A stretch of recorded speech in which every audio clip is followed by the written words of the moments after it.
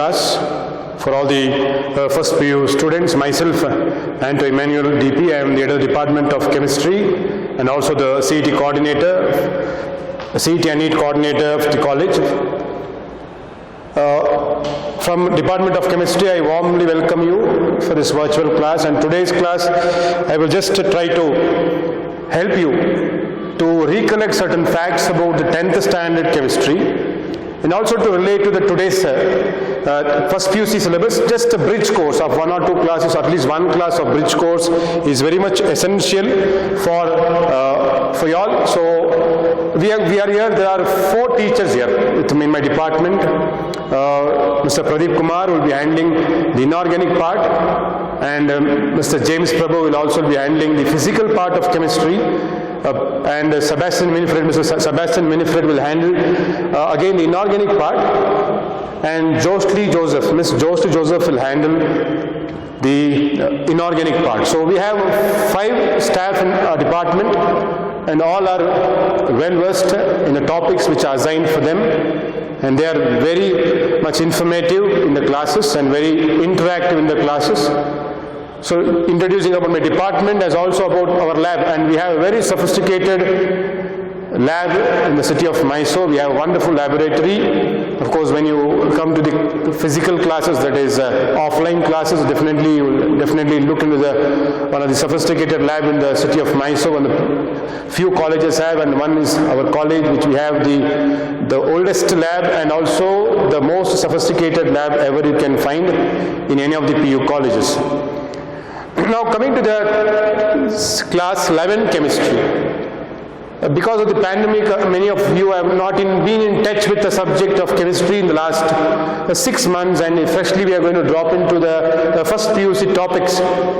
And definitely some of you may feel it is difficult, and according to me, we're teaching for past 12 years, I find students without the basics do find difficulty, but it is not too late for you all to make things better. Not too late. You can just start now, learn few basics. And this pandemic also has made a larger gap towards academics. We understand it. We understand your situation also. For that, from our department side, we are going to handle 1 or 2 classes of bridge course. Under the heading of the chapter, I'll take the bridge course and try to give some information which will make learning little easier, at least easier for you to understand class 11 topics. So what all topics 10th, which are not all the topics I'm going to take, few topics which are there in 10th standard which reflects on the first PUC, I just grab that and teach as a bridge course, which makes things better. Okay, so before that I want to introduce the 11th standard syllabus. Okay, how many chapters are there? Division factor, I will tell you. Coming to the 11th standard. Okay, 11th standard is class 11 PUC. If you buy a textbook, we have part 1 and part 2 textbook, part 1 and part 2. There's something called general chemistry, something called inorganic and organic chemistry. So I just brief the chapters, then later as the teachers I introduce them when they come to the class, they will give a brief idea the chapter which branch it belongs to. So we have a chapter starts from some basic concepts.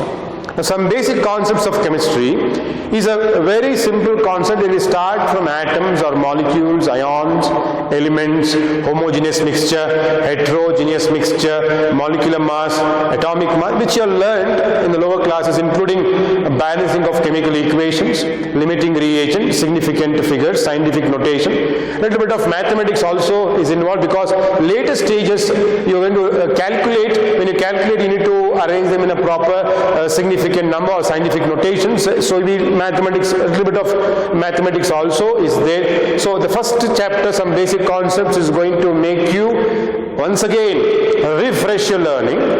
The very basic ideas of chemistry, maybe elements and atoms, difference, homogeneous, heterogeneous, a mixture. So, and this chapter is having a greater importance in the further learning of chemistry in the class 11. The second chapter is called Structure of Atom. We go back to our primitive thought, Dalton's atomic theory, and from there we start. Atom is divisible, indivisible, what are subatomic particles, we discuss about that, and then we discuss about dual nature, particle nature, wave nature. Then we discuss all the principles, okay, which we'll discuss in the second chapter, atomic structure, fully focused on an atom, fully focused on atom. So at all parameters we can discuss about an atom, about the structure, about the arrangement, about the configuration, how can you arrange electrons. All those things are going to cover in the second chapter. The third chapter is a periodic table and periodicity properties. A student who wants to learn chemistry should know the periodic table properly, because all the interpretation for the learning comes from periodic table and periodicity.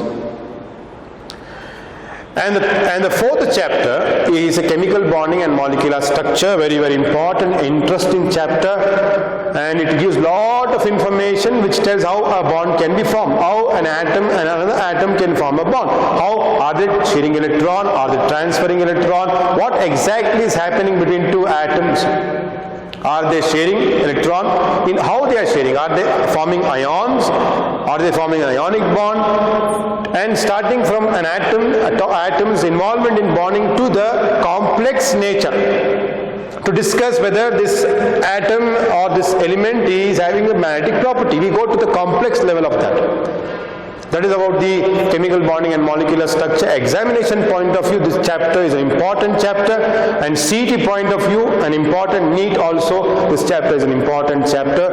Okay, then teacher comes to the particular chapter, will give lot of information regarding this chapter. States of matter. We know that the fifth chapter we discuss is states of matter. The states of matter, what we discuss here is about different states of matter, solid, liquid and gases. In that, particularly this year, we focus on the gaseous state. What happens if I apply more pressure, the volume decreases or increases? What happens if I apply temperature, whether the volume increases or decreases? Gas laws, of course, few of you have come across in 10th standard. The gas laws, we discussed about that. So, states of matter will be discussed. Then after immediately states of matter, go to thermodynamics. Water vaporizes with the heat absorbed by the surrounding. Then that water in a pond or water in a lake is a system where surrounding plays an important role. So if I dissolve a compound in water, it starts liberating it, we call enthalpy change. Disorderness in a system, we call it as entropy. We discussed first law of thermodynamics, second law of thermodynamics, etc. We will discuss all the parameters, physical parameters on a system.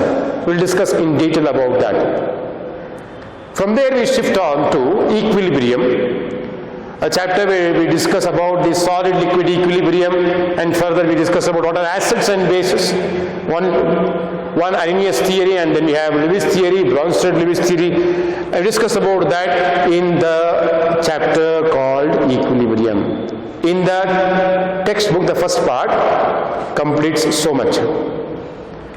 From there we shift on to the next part, that is the unit 2 we call it as part 2. We discussed about a chapter called redox reaction. A very important chapter in chemistry. You must know what is happening, oxidation, reduction, that is redox reaction chapter. From there we shift on to hydrogen. In that we discussed water, H2O, water, it's called temporary hardness, permanent hardness, structure of water, hydrogen peroxide, all those things in a chapter called hydrogen. And this year, two important chapters we discuss in inorganic chemistry, which is very important for next year, that is S block elements, group 1 and 2 we discuss, and P block element, group 13 and 14 we discuss this year. So, S block, P block we discussed there, and redox reaction, hydrogen, that 4 chapters which covers the whole inorganic part. Then coming to the organic part, we have 3 chapters this year, organic. The organic chemistry 1 we call some basic principles and techniques in organic chemistry. We start from carbon, atomic number of carbon is 6, electronic configuration is 1s2, 2s2, 2p2, and valency is 4, carbon tetravalent, its catenation is the nature of forming the sharing of electron with another carbon atom, forming a straight chain, branch chain, a ring structure. Organic chemistry is very, very important. Students find it difficult, but definitely it is not so difficult, it is very easy. As you attend the classes, definitely you will start learning it. The way we present to you is so interesting, and definitely you will try to understand. That is Organic Chemistry 1. Then we discuss about hydrocarbon, second chapter. The third chapter, which you are familiar, you are studying from 8th standard onwards, environmental chemistry. And a little bit of chemical approach towards that. We discussed about the effects, hazardous effects, soil pollution, water pollution, acid rain, depletion of ozone layer, and the greenhouse. And then we discussed about green chemistry also. We discussed about that, things happening around us, hazardous effect of soil pollution, and all deforestation. We discuss about all those things. That is the last chapter, that is completes the first and the second, they call it part 1 and part 2 together. We discuss about this many chapters. There is nothing to be panic about it, because students have learned for many years and students are moving on, learning.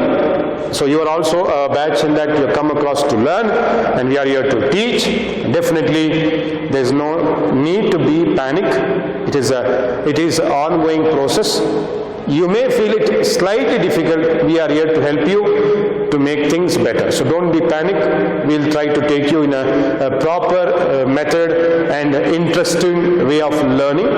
Laboratory part, I'll take another session for laboratory, the lab part, what to do, how to go about the lab part, and I discussion what is essential for you. So that is about the laboratory. I'll take one more class for that and give a brief introduction, because some of them have come across laboratory or lab in their lower classes, not very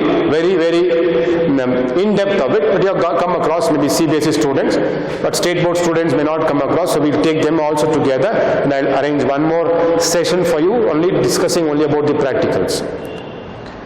Now coming to the bridge course, which I want to fix that in a chapter called periodic table and periodicity, the third chapter. In that I want to fix the bridge course, because essentials I can drag, I can dig out things of the essential what is required for me to handle. Therefore I am writing the heading at the third chapter, and in that I want to discuss the bridge course and try to develop the chapter. Okay, the third chapter is periodic table and periodicity.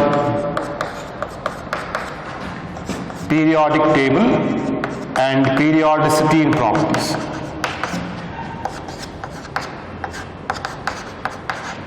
Periodic table and periodicity in properties.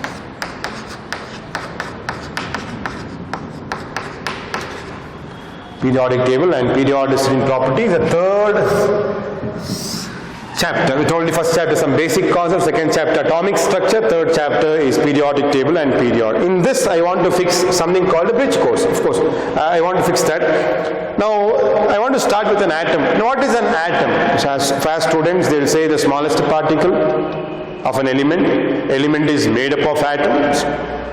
Atoms together constitute a molecule, because a group of atoms are called molecules.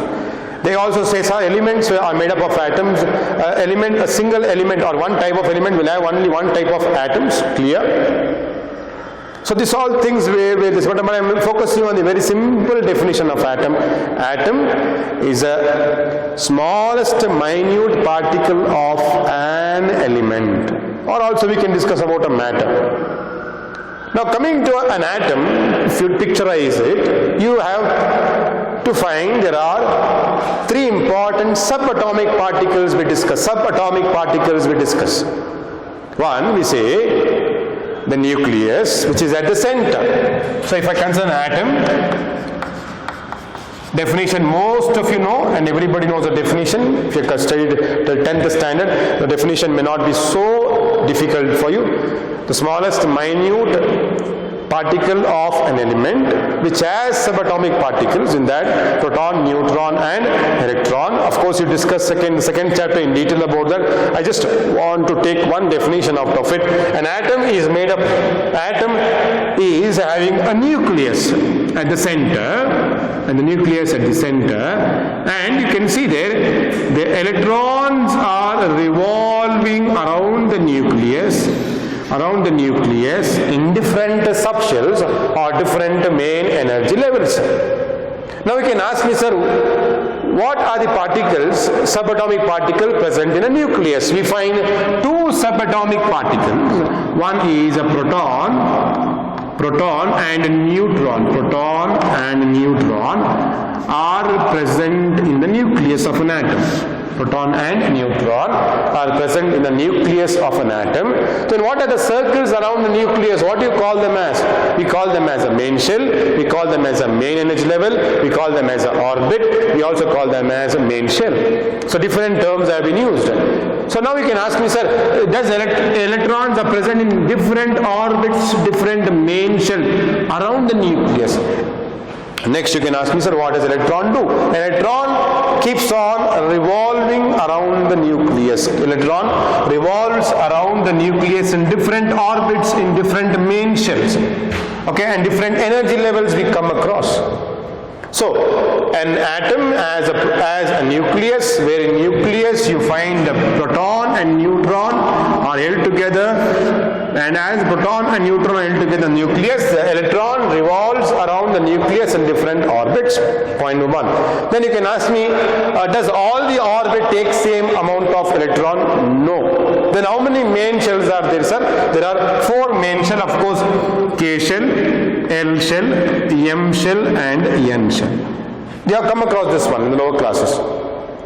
Now how many electron can K accommodate? K shell can accommodate how many electron? We have a formula. K shell is the first shell, K is the first shell, and L is the second shell, M the third shell, N is the fourth shell. So we'll write a formula 2n squared formula.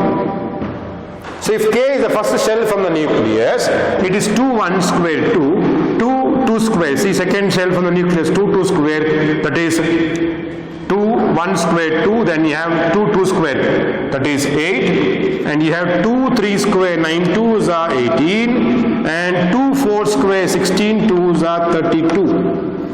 That means you are very clear that each shell, as they go far from the nucleus, they can accommodate more number of electron. Therefore, K shell can take 2 electron, L shell can take 8 electron, M can take 18, N can take 32. Do they have subshells? Yes, they have subshells. K has only one subshell. This is main shell, it can accommodate 2 electron. They have a subshell called S subshell, and L has 2 subshell, S and P, M has 3 subshell, SPD, and N has 4 subshell, SPDF. So I'll come across to that little more later. Okay.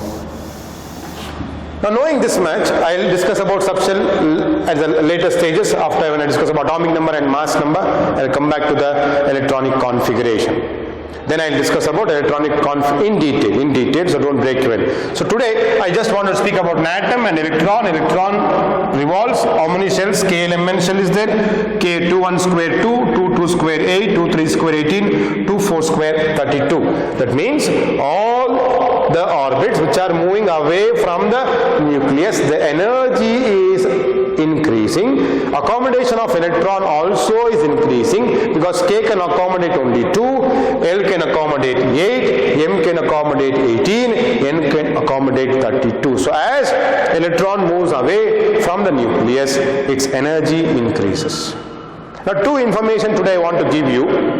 One is very important for our study for the chapter called periodic table and periodicity, that is atomic number and mass number. Atomic mass number, or we call atomic mass number or atomic mass number, and one is atomic number.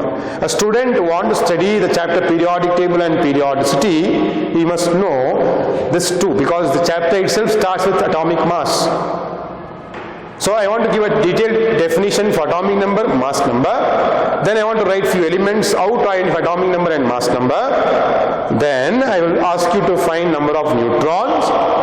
I'll stop there for today's class. Then next class I will just start the chapter from atomic number itself. So from there I can start the chapter. Okay, now coming to the atomic number. So the atomic number is a total number. So atomic number denoted by Z usually, in all the textbooks they use Z only, is the total number of protons present in the nucleus of an atom, or you can say it's the number of protons present in the nucleus of an atom. What is mass number? It is denoted by A, is the total number of protons and neutrons. Total number of protons and neutrons present in the nucleus of an atom. Present in the nucleus of an atom. Usually in the periodic table you come across symbolizing like this: X, Z and A. X, Z, A. So what is Z? Already you know, Z is atomic number. Z is atomic number and A is mass number or atomic mass number.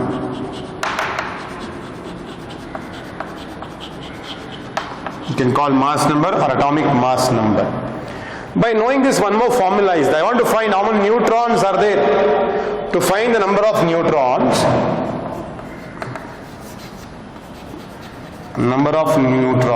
N is equal to A minus Z. N is equal to A minus Z. So I will come across few elements, identification of them. Then I will explain to you what is electronic configuration.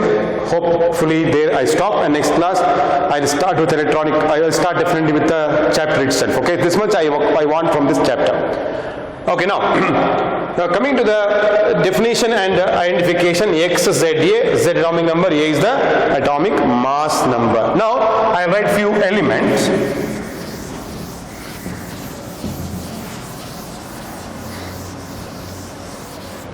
And we'll try to identify. Okay, keeping this in your mind. X, Z, A. Right, if I take sodium, atomic number is 11, mass number is 22. Okay, if I take helium, atomic number is 2, mass number is 4. If I take oxygen, atomic number is 8, mass number is 16. If I take magnesium, atomic number is 12 and 24 is the mass number. So if I could write what is the Z is 11, A is 22, N is equal to A minus Z, that is 22 minus 11, that is equal to 11. Let me take here Z is equal to 2 for helium, A is equal to 4, N is equal to A minus Z, 4 minus 2, that is 2. Here Z is equal to 8, A is equal to 16, N is equal to 16 minus 8, that is equal to 8. Coming to magnesium, Z is equal to 12, A is equal to 24, N is equal to 24 minus 12, that is equal to 12 itself. A student should know how to identify mass number, how to identify atomic number, how to find out number of neutron. The first thing is that instead of by hearting things, when you see an element, see that you give a understanding about atomic number, and your students understand atomic number and mass number. This chapter which I am going to discuss with you all will become a very easy chapter, because the whole chapter focuses on atomic number. I have not started it at all, but I just want to give you. Now another work which I should tell you is, you must know the atomic number from hydrogen to zinc, at least for PUC. If you know more than that, very good, but at least from hydrogen to zinc you must know the atomic number. That makes our journey very, very interesting and meaningful. So then only I can teach electronic configuration, then I can teach you the whole idea of the periodic table. Very, very interesting chapter and very, very important chapter, because if you don't know this chapter, you will not learn S block and P block, and next year whole inorganic becomes difficult. The full D block and F block becomes very, very difficult. So I am taking more time to teach the basics. So a student should know by seeing an element which is atomic number, which is mass number.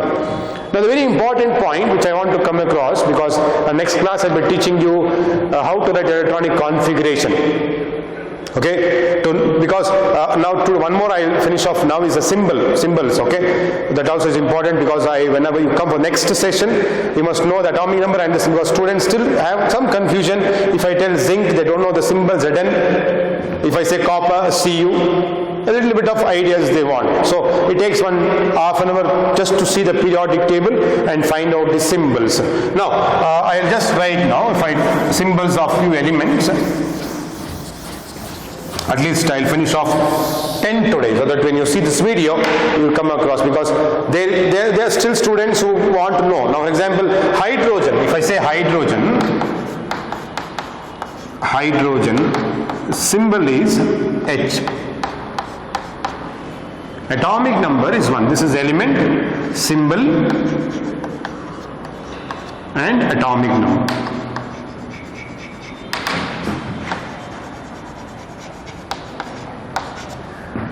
If I write hydrogen, then comes helium.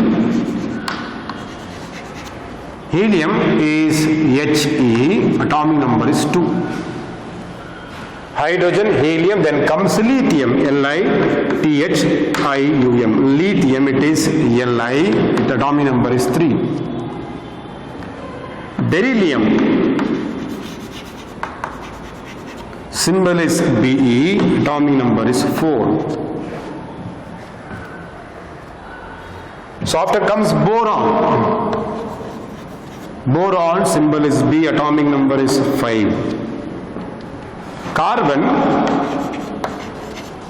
symbol is C, atomic number is 6. Nitrogen, symbol is N, atomic number is 7. Now coming to the oxygen, and right here, oxygen, symbol is O, atomic number is 8. I'll write a fluorine.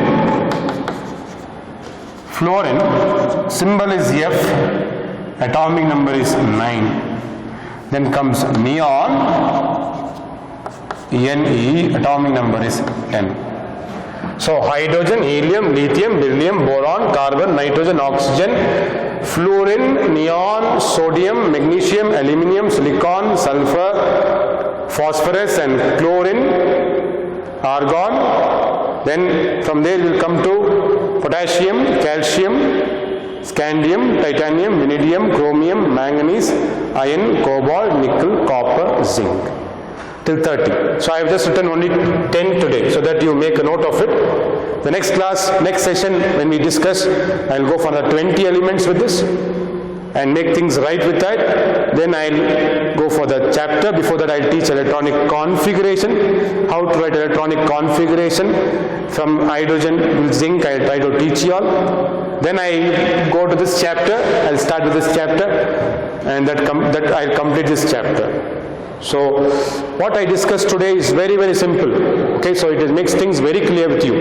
Definition of an atom, arrangement of an atom. You find nucleus, first shell, second shell, third shell, fourth shell, K, L, M, N, K shell, L shell, M shell, N shell. Then from there, define atomic number, define atomic mass number, Z and A. X, Z, A. Z atomic number, mass A, number of neutron N is equal to A minus Z, hydrogen H, helium He, lithium Li, beryllium Be, boron B, carbon C, then nitrogen is N, oxygen is O, fluorine is F, neon is Ne. Atomic number of hydrogen is 1, helium is 2, lithium 3, boron 4, and beryllium 4, boron 5, carbon 6, nitrogen 7, oxygen 8, fluorine 9, neon 10. Like this, you also should practice to make till 30, so that the journey of learning chemistry becomes more interesting and you will have less confusion and more understanding. So the journey has started. So I once again welcome you and for this chapter and the bridge course, which I am just taking 2 sessions of bridge course to make the chapter very, very interesting and easy for you. Hope that when you go through the chapter, you make a note of it, practice it. We'll meet in the next session. Please do prepare with this session to follow the next session. Till then, take care. Thank you very much. God bless you all.